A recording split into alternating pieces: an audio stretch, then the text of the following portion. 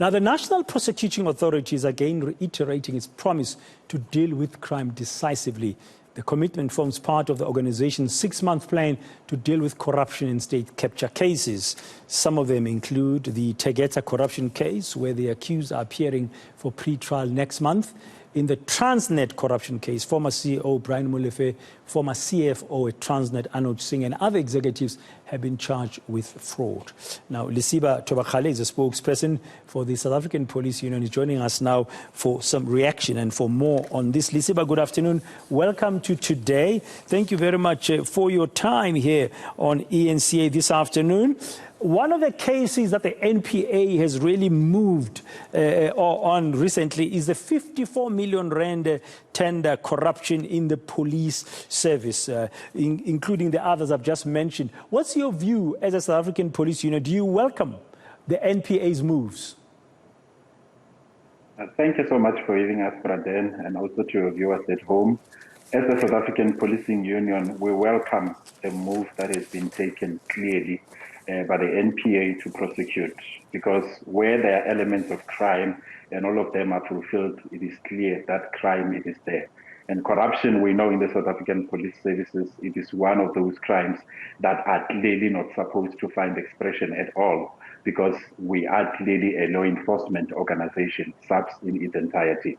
And it becomes quite worrying to see senior officers being involved in allegations where they are arrested for allegations of corruption, because if senior officers are able clearly to be found having those allegations leveled against them, more especially allegations of corruption, it becomes worrying. What more of the junior members? That on its own, it is tainting the image of the SAPS in its entirety, and that is quite a concern to us.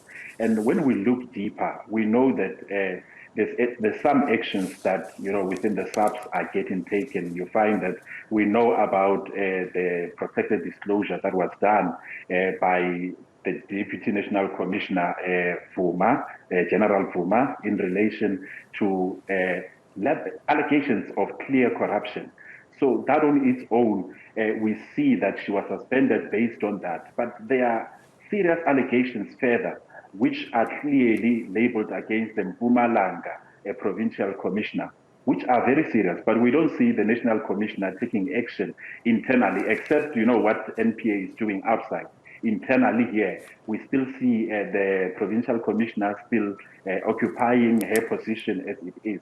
Now it comes up to the National Commissioner of Police to say, what is it that he's doing? They act when a protected disclosure is done by the Deputy National Commissioner, but when it comes to a provincial commissioner of Mpumalanga, there is no action that is being taken, for which, for us as an organization, we wish to see indeed everything being done consistently so.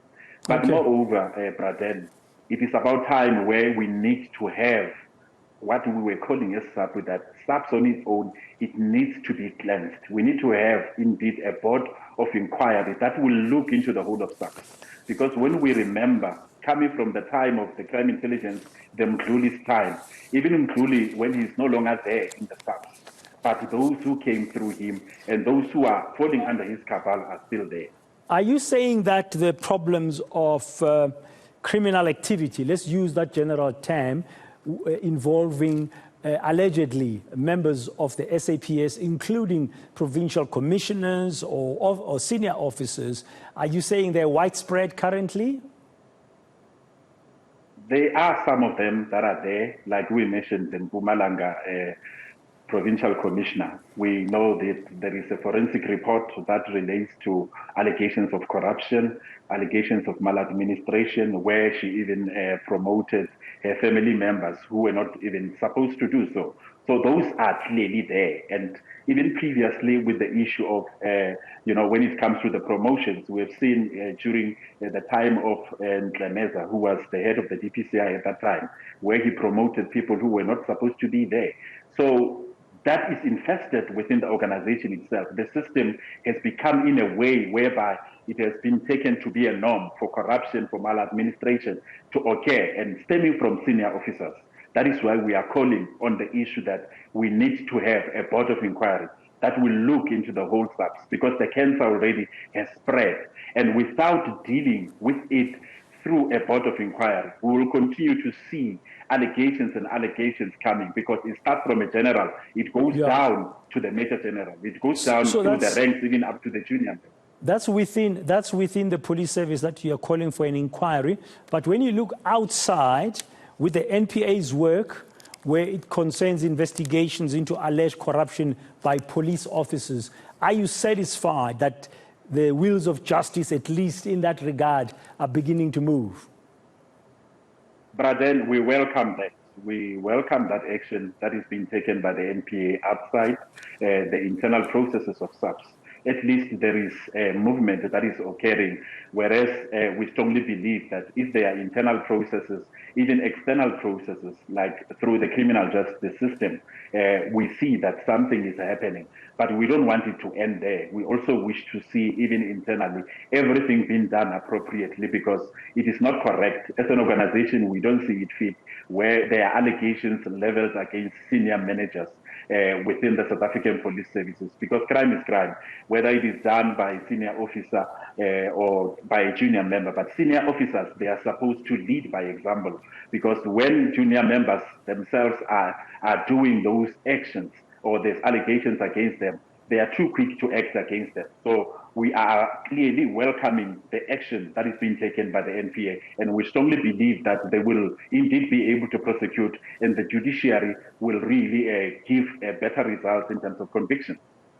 Yeah, finally, the inquiry that you'd like to see taking place to investigate allegations of crime and corruption within the SAPS, are you engaging internally as members of the South African Police Union with the relevant structures in SAPS in order to institute such an inquiry, or do you think it should be an independent inquiry?